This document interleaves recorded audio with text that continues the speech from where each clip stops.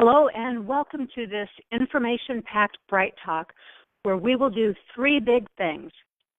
First, we'll cover the recently released research that underscores the urgency and the importance of leadership development. Second, we'll work on the talking points, the narrative that explains how leadership development impacts every single aspect of doing business. And finally, I'll give you a 5-step process for building the business case that will mobilize decision makers in your organization. I'm Deb Calvert. I work in both fields, leadership development and sales, and I'm bringing to you some sales techniques that will really help you get an effective leadership development strategy and program in place. Now, once we've covered this content, I'll let you know how you can set up a mini consultation to craft your plan. My aim here today is to fully equip you for this critical conversation. You may not need the mini consultation. This really is blueprinted so you can do it yourself. But I wanted to offer that, no cost, no obligation, in case you feel you need a little extra support. I'm anticipating that people attending this particular session are those who already know how important leadership development is. So here at the onset, I may be preaching to the choir, but I'll ask you just to bear with me as I walk you through some very interesting, very recent findings, like this one. Deloitte's annual report on human capital trends for 2016. This is based on input from CEOs and senior HR executives. And it's a roll-up. What you're looking at here is a roll-up from 7,000 responses worldwide. Notice the top two trends. They go hand in hand. This new organizational design that's jumped to the top, that's all about teams and work groups that have leaders at every level, including leaders who are younger and more diverse. Notice that 89% view leadership as very important or important. Said another way, what that means is that 89% of companies are worried about their leadership pipelines. You know, that number, you feel like you've heard this before, and you have, but that number, what's changed, is that it keeps going up every year. It was 83% who were seriously worried in 2014, and it was 87% in 2016. This year, 28% of respondents rated their leadership pipelines as very weak. So you're not alone in your concerns. Instead, you're among the 9 out of every 10 companies that report being seriously worried about their futures because their leadership pipelines are not what they need to be. Okay, now think about this. If 89% of companies are seriously worried, what this means is that you're not going to be able, you simply won't be able to go outside your own company to find strong leadership. You must develop your leaders from within because this void is so widespread and it's growing every year. Why are companies worried? Well, there actually are some serious consequences for not developing leaders. Just as you feared, just as you may already have experienced, high potentials leave. They leave organizations that don't offer them development. And the need for those high potentials, those emerging leaders, it's more pronounced than ever. You know, that organizational design I mentioned? Well, here's a description of it. It calls for improved leadership, different kinds of teams and culture, and leaders who are younger. That means these people, these younger leaders, they need leadership development sooner. Now, let me give you a few other stats just to give you the full context. In that same study, more than half, 56% of executives reported that their companies are not ready to meet leadership needs. And only 7% rated themselves as excellent in developing emerging leaders.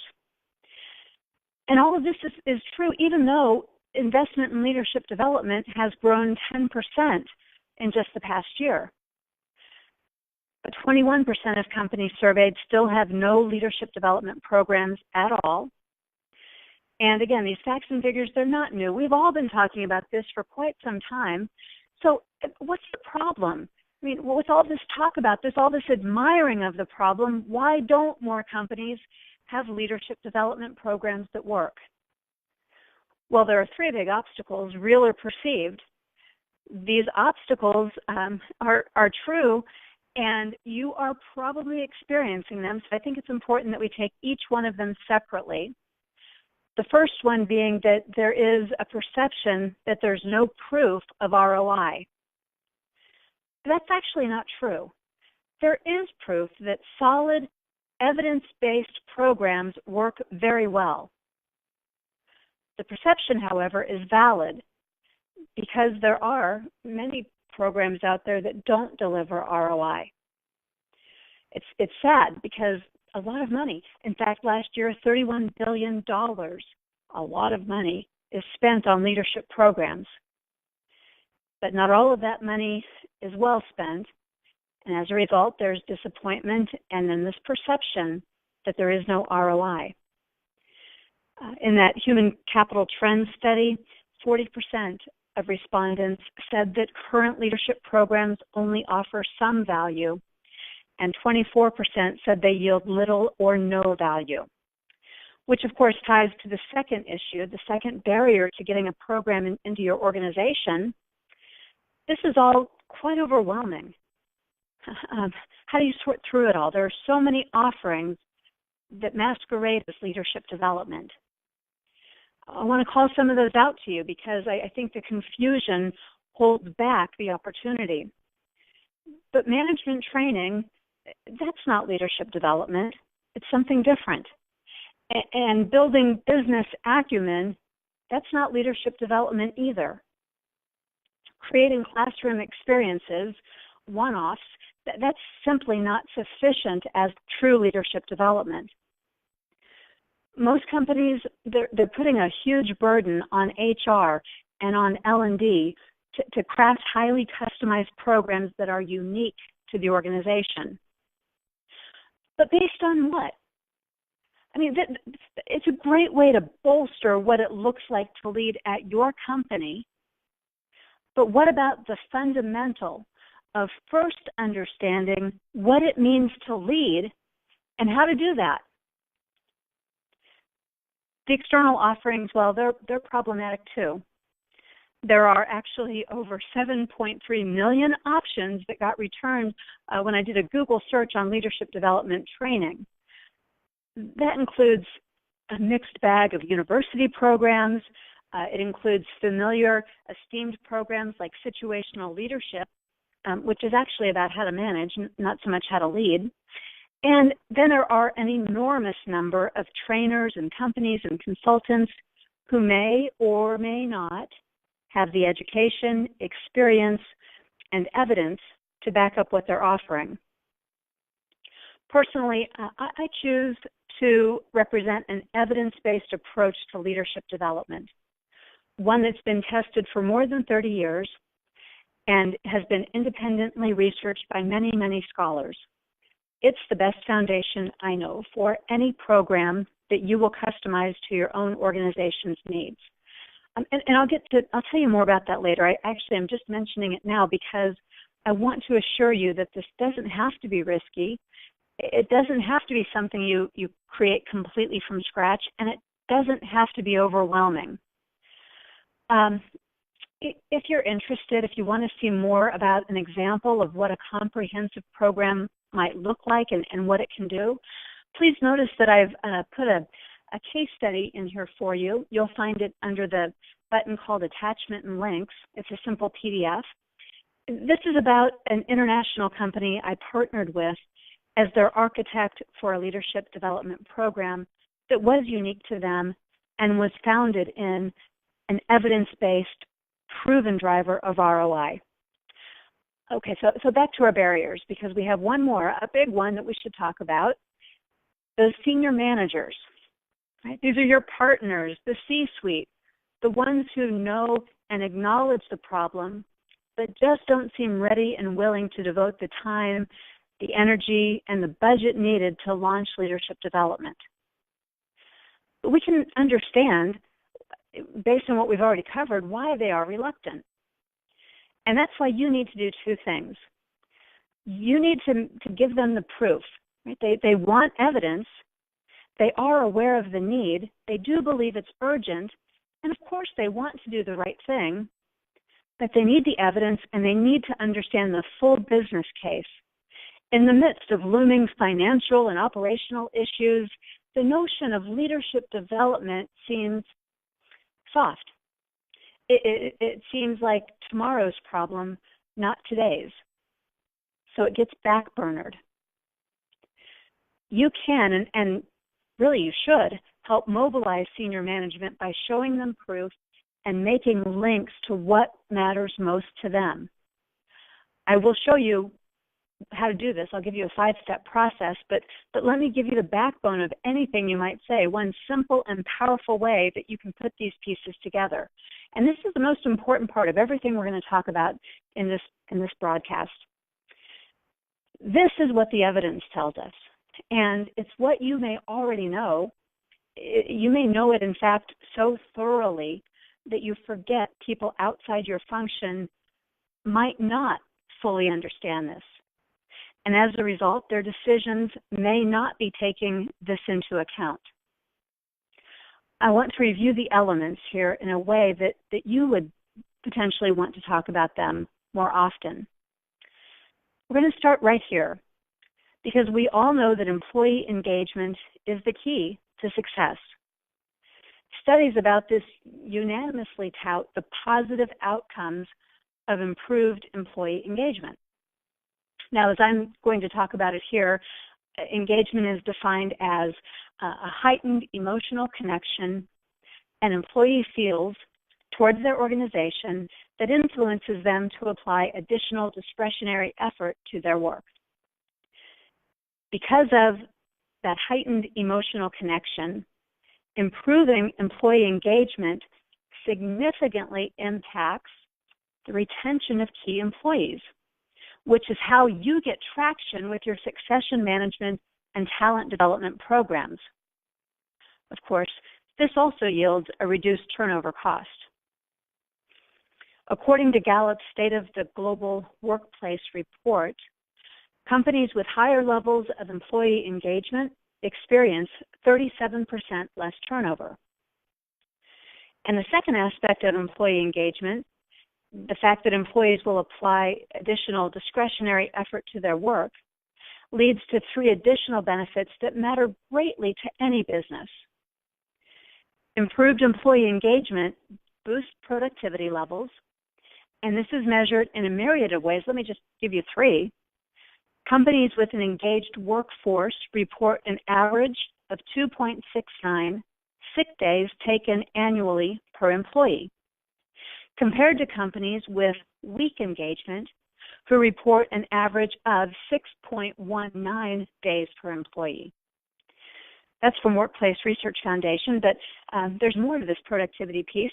Gallup reports that companies with highly engaged employees have 48% fewer safety incidents than companies with less engaged employees. And Gallup also says that 41% fewer product quality defects occur in companies with highly engaged employees. What's more, improved engagement leads to higher levels of customer satisfaction. Bain & Company studies indicate that employee behavior and attitude is one of the most significant drivers of customer satisfaction. Engaged employees not only spread their enthusiasm to customers, but they are also more dedicated to providing the best product and service to those customers. And of course, the natural outcome of engagement, retention, higher productivity, and customer satisfaction is both improved top-line revenue and improved profit margin. Increasing employee engagement investments by 10%, the amount you spend on employee engagement by 10%, can increase profits by $2,400 per employee per year, according to the Workplace Research Foundation. And Dale Carnegie studies conclude that companies with engaged employees outperform those without by 202%. So we have a pretty compelling case that we can lay out for any employee engagement initiative, but this begs the question. Two questions. How do I improve employee engagement? And what does the evidence say is the best way to increase employee engagement? And the answer, coming full circle here, the answer is leadership development. Specifically, this is leadership development in the 30 behaviors that have been proven to make leaders more effective. In Great Leadership Creates Great Workplaces, a compilation of 40 case histories and survey work with 1,000 HR practitioners concluded that the best leaders elicit 3 times the amount of talent, energy, commitment, and motivation from employees compared to their counterparts.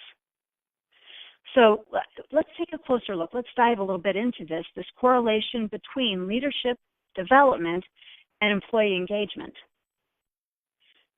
Over 500,000 people have participated in the Kouzes and Posner research that provides engagement scales and enables us to make correlations between the behaviors of a leader and the engagement of that leader's constituents. Now, this was measured for each of the 30 behaviors measured in the Leadership Practices Inventory. That's a 360-degree assessment tool used by over 5 million people throughout the world over the past 30 years.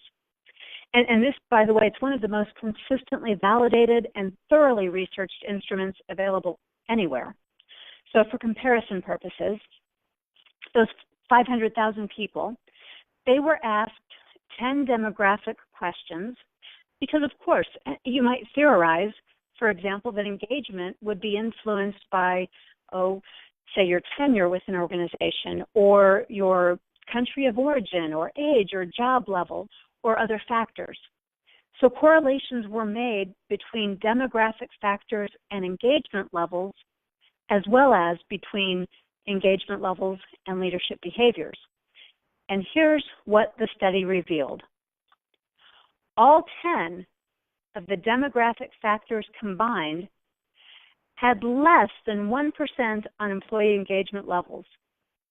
Any one of those factors was completely insignificant in terms of impacting the level of employee engagement. On the other hand, leadership behaviors made a huge impact on employee engagement. This number, nearly 30%, is an average. Each one of the 30 behaviors of leaders had double-digit impact on engagement. This proof is undeniable, right? When a leader learns these behaviors and increases the frequency of these behaviors, that's when you get significant movement on employee engagement and all the positive benefits that come from that emotional connection and that discretionary effort.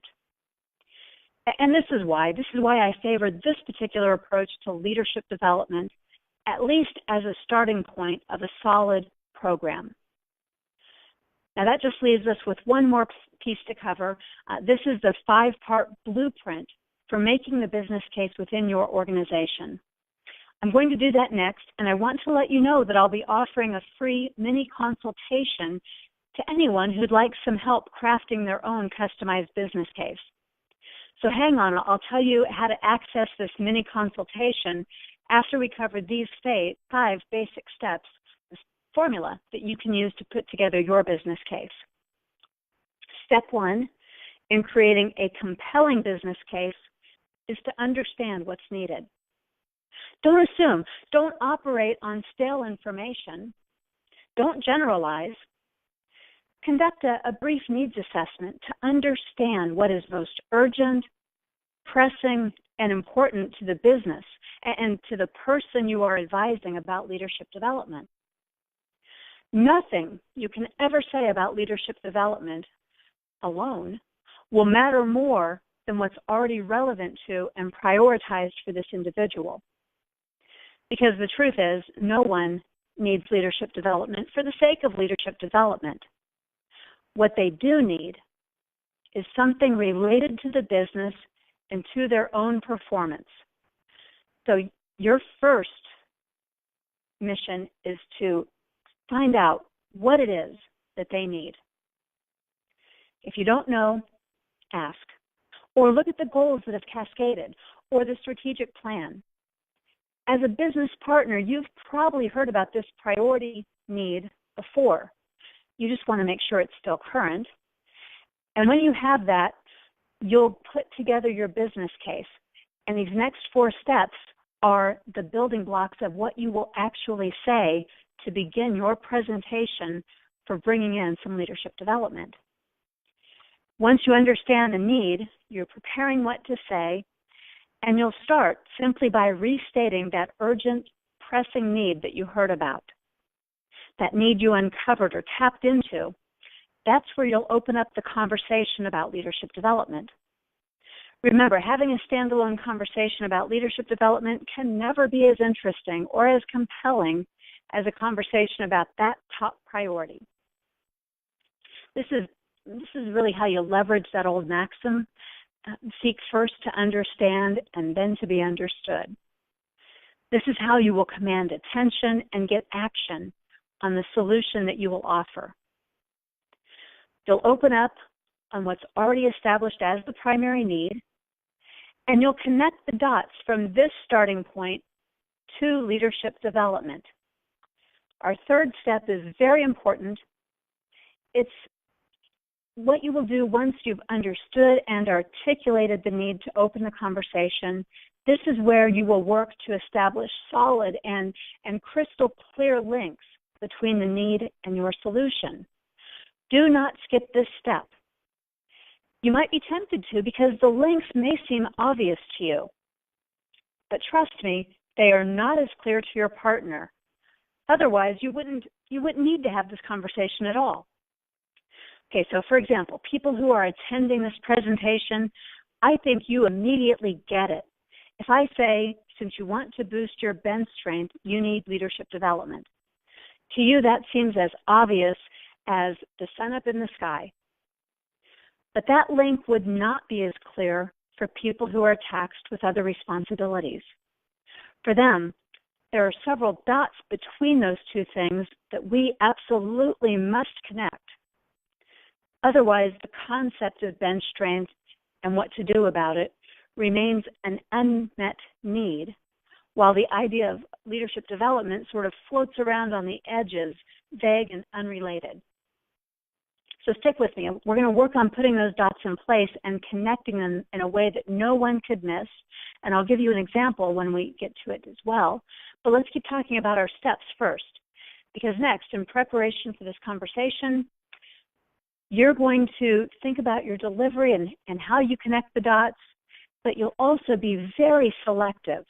You'll be editing to keep your opening statement concise and compelling. You want to go for the powerful highlights rather than the full explanation at this point.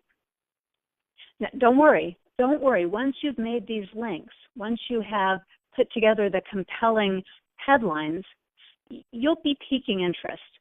You'll get follow-up questions, and you'll have an invitation to explain this in greater detail. But at the onset, to get attention and to pinpoint exactly how this links back to that individual's needs, we want to keep this concise and choose words that are inspiring. Basically, you're just painting in very broad strokes the picture of what could be. So finally, the fifth guideline for making the business case is to make it personal. Chances are you already have stockpiles of data and proof you can offer. If you didn't have it before, you certainly got a lot to work with from this presentation. But it's actually pretty easy. It's easy to build that logical case for leadership development. But in your opening, you'll also want to weave in the emotional aspect. When you find out, way back in step one, when you find out what the needs are, listen carefully for context. What is it that makes this need so important to this individual at this time? You're going to hear some emotion about what matters most. And that emotion, it's one of the dots that you want to connect as you lay out this business case. Let me give you an example. This goes back several weeks now, but one of my coaching clients told me his neck was on the chopping block. And he was genuinely worried. I could hear it. He was fearful that he'd lose his job if he didn't deliver improved scores on a customer satisfaction survey. And I could hear it. We were just over the phone, but I could hear it in his word choice and in the way he said those words, that his neck was on the chopping block. So when I later proposed a solution to him, I acknowledged his feelings. I talked about how improved scores would ease his mind. And then a few weeks later, we came to an agreement on the solution offered, and he echoed that back to me. He said, I like this because it will give me some peace of mind. That emotional aspect, that really registered for him. Now, just to recap, our 5 guiding principles for building a business case are first, to understand the need, and then to open the conversation by stating the need, making some very, very clear links between the other person's needs and your solution in a way that's concise and compelling and will inspire with emotion and convince with logic. Let me read to you this example that's on screen so you can hear how it sounds. This is how you can sound too when you put it together and you have your own customized business case. As I read it, be sure to notice all 5 steps for this individual who had said that her need was to stay competitive, and in order to stay competitive in her company, there was a need to reduce manufacturing costs by 4%. The HR partner came back with this blueprinted business case and said, to achieve the expense reductions we need in manufacturing, we will need higher levels of productivity and employee retention. By improving employee engagement, we can reduce turnover and team members will apply additional discretionary effort to their work. Leadership development is what boosts engagement and will result in higher levels of productivity and retention. That will enable us to cut costs and stay competitive. I understand how important this is to you and those commitments you've made to our customers. So let me share some research and my plan for reducing those costs. And from there, the HR partner launched into the full plan and all the facts and figures that backed it up. And that plan was hinged on leadership development. Because without leadership development, any of the cost-cutting measures, any of the efforts to drive productivity, anything else they might have done to improve employee engagement, reduce turnover, and get employee retention, all of those would have been Band-Aid solutions, temporary and insufficient for really driving the kind of change that was needed in this organization. So you're presenting the plan and you're backing it up. The business case opens that. After that, you present your research and your plan. Remember, the purpose of the opening statement is simply to get the attention you need, to compel the attention your solution deserves. As I said, my solution, me personally, it would have a foundation built with the leadership challenge, because the leadership challenge has been tested and proven over and over again. It's rock solid. It's evidence-based. It truly works to achieve transformational change and leadership growth. And this blueprint, it works too. This blueprint with 5 simple steps will help you mobilize your C-suite into action and pave the way for a leadership development program in your organization. Now, I'm giving you some information about me because if you have any questions, I invite you to get in touch with me directly. If you need a program architect or support in delivering the portion of your program that is the leadership challenge with 30 proven behaviors for leaders, well, please let me know how I can help. I happen to be a certified master with the leadership challenge.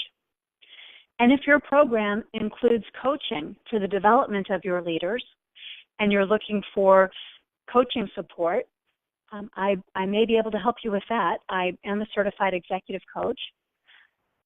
Finally, if you are in the construction phase of your program and you're looking for ways that you might just sell the idea of leadership development, with no cost or obligation, I invite you to let me put my selling skills to work on your behalf. If you'll send me an email, I'll arrange a quick call with you and write up your 5-step opening statement, customized directly to the needs of whoever it is that you need to mobilize.